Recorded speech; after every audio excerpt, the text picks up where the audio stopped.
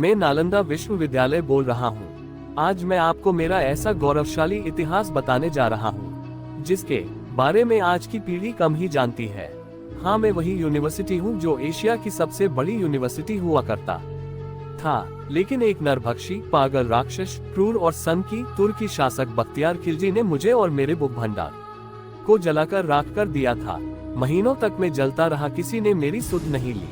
मैं सबसे पहले मुझे जलाने वाले के बारे में बताऊंगा, उसके बाद मेरी खोज कैसे हुई, उसके बाद मैं अपनी बनावट बताऊंगा, उसके बाद मैं आपको मेरी अलग अलग विशेषताओं से अवगत कराऊंगा। तो सबसे पहले मैं नालंदा को क्यों तहस नहस किया वो बताता हूँ। मेरी कहानी सुनोगे भारत के लाडलो तो आपकी आंखें भी भीग जाएगी, क्रंदन भरी आंखों और रुदे हुए गले के साथ में। आज सुनाता हूँ मेरी कहानी। मेरे प्रांगण में 10,000 से ज्यादा स्टूडेंट्स पढ़ाई करते थे और उनको पढ़ाने के लिए 1600 के लगभग पंडित आचार्य हमेशा मौजूद रहते थे।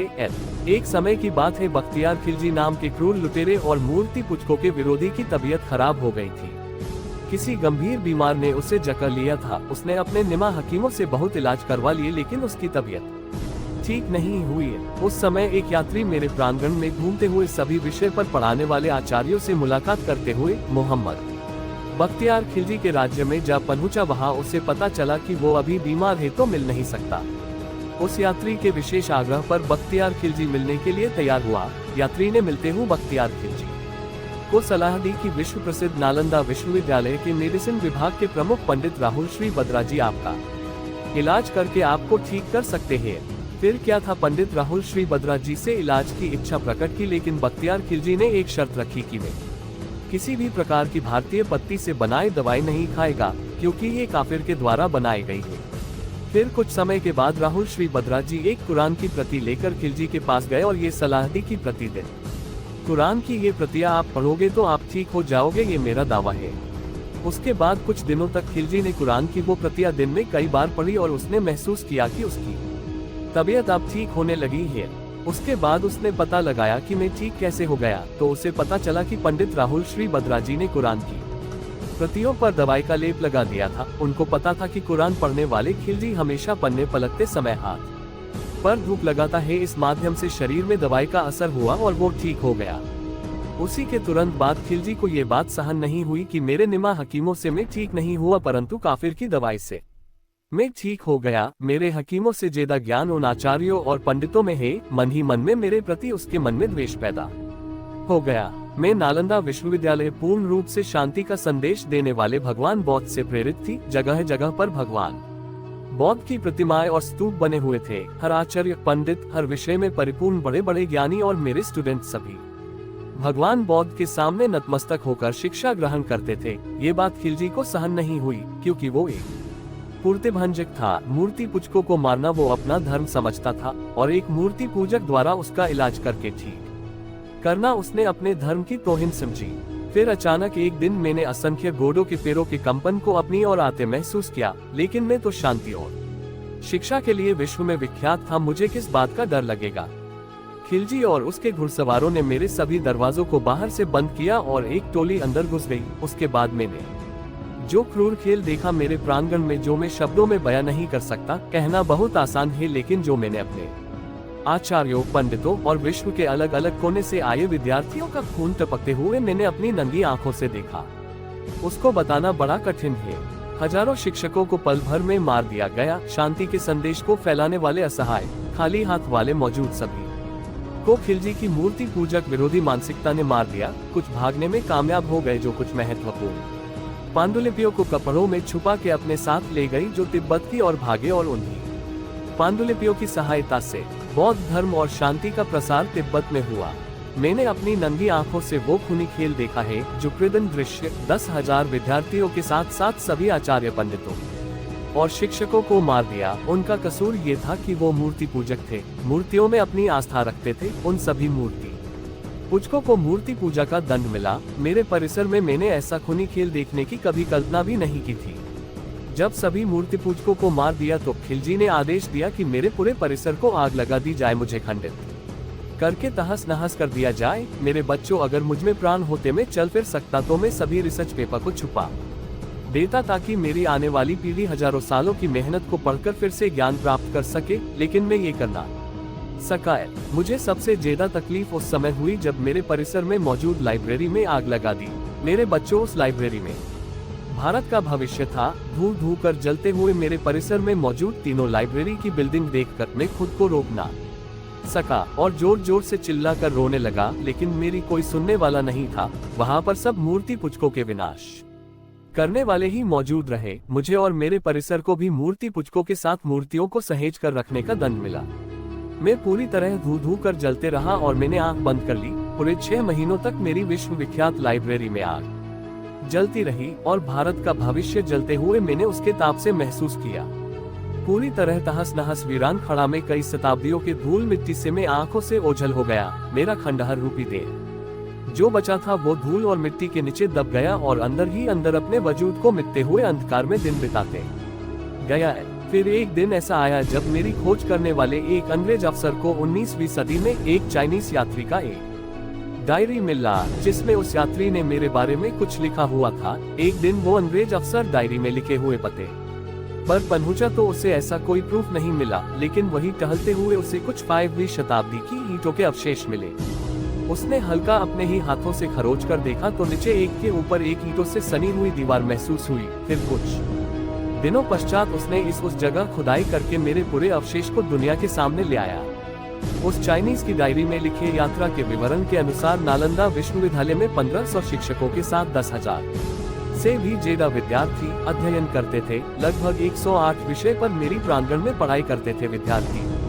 विश्व के कोने कोने से आने वाले विद्यार्थियों के लिए अलग अलग भाषाओं में पढ़ाई की व्यवस्था की गई थी। 100 से ज्यादा भवन और इमारतें बनी हुई थी। हर भवन में कुएं की व्यवस्था थी। जगह जगह स्टडी हॉल, प्रार्थना सभा हॉल, हॉस्टल की व्यवस्था थी। हॉस्टल में हर एक विद्यार्थी के लिए अलग अलग कमरे बने हुए थे। हर कमरे में लाइट की व्यवस्था थी उस समय भी, और जब लाइट नहीं रहती थी तो दिए के लिए जगह बनी हुई थी। कई देशों के विद्यार्थी मेरे प्रांगण में पढ़ने आते थे। उस डायरी के अनुसार 10 विद्यार्थियों में से सिर्फ 3 विद्यार्थी ही मेरे प्रांगण में पढ़ने योग्य माने जाते थे, अर्थात जो भी विद्यार्थी मेरे यहाँ पढ़ने के इच्छुक होकर आते थे उनका इंटरव्यू होता था। 10 विद्यार्थियों में से सिर्फ 3 ही प्रवेश पा सकते थे। 10 किलोमीटर लंबी और 5 किलोमीटर चौड़ी परिधि के अंदर मेरा निर्माण था। आज भी विश्व में ऐसा कोई विश्वविद्यालय नहीं है जो मेरी टक्कर कर सके। 19वीं सदी में मेरा 5% भाग ही खुदाई करके निकाला गया। उसके बाद खुदाई बंद कर दी गई। मुझे मुख्यतः 3 राजाओं ने मिलकर बनाया था, जिसमें पहले राजा थे कुमारगुप्त, जो मगध के बहुत बड़े राजा थे।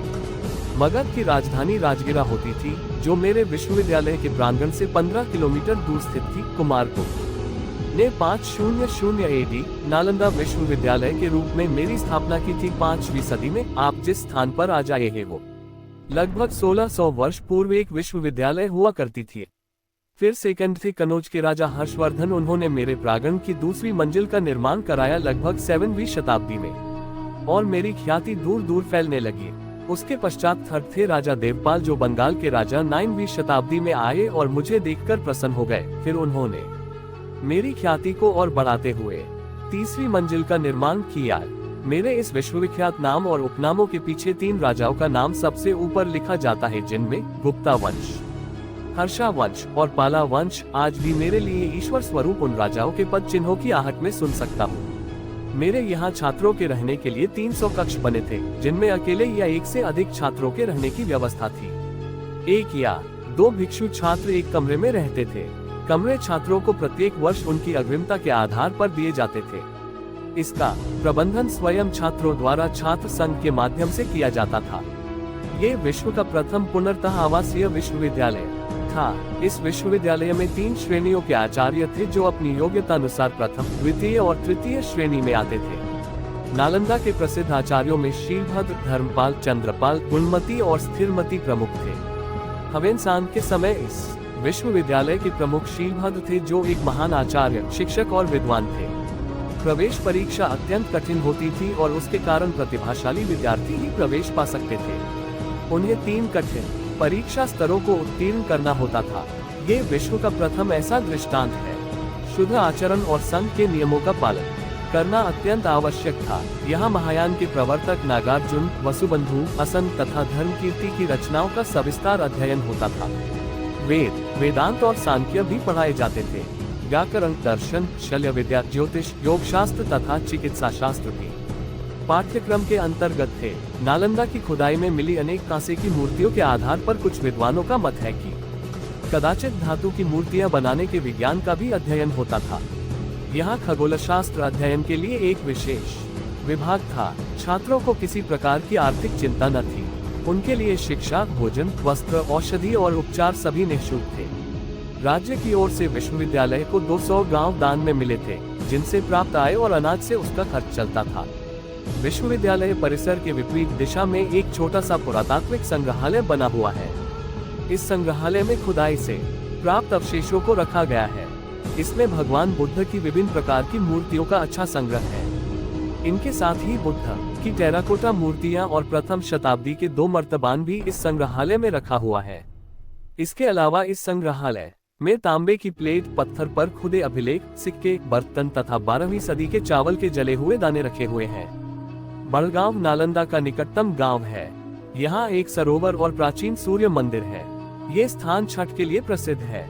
नालंदा से थोड़ी दूर पर सिलाव स्थित है, जो स्वादिष्ट मिठाई खाजा के लिए प्रसिद्ध है। इनके पास ही राजगृह है। मेरे प्रांगण में मौजूद लाइब्रेरी पूरे 9 मंजिला बड़ा था, जिसको कुछ इस्लामिक आक्रमणकारियों ने जला दिया। मेरी लाइब्रेरी में 3 बिल्डिंग हुआ करती थी। उनके नाम हुआ करते थे रत्नाद्री, रत्नसागर और रत्ननीरजक। 12 शताब्दी में जब खिलजी की क्रूर और मूर्ति भुजक विरोधी मानसिकता ने मुझे तहस नहस कर दिया, मेरी विश्व प्रेषित लाइब्रेरी में आग लगा दी और मैं पूरे 6 महीनों तक धू धू कर जला। मेरे देशवासियों, आपने उस लाइब्रेरी में क्या खोया वो आप अभी नहीं समझ सकते। हजारों वर्षों की रिसर्च, लाखों पांडुलिपि, हजारों करोड़ों रिसर्च के डॉक्यूमेंट्स धू धू कर जल गए। 6 महीने इसलिए लग गए क्योंकि उस समय पेपर नहीं हुआ करते थे। अधिकांश पांडुलिपि और रिसर्च के डॉक्यूमेंट्स ताम्रपत्रों पर उकेरे जाते थे। पूरी लाइब्रेरी के प्रांगण का नाम धर्मगंज हुआ करता था।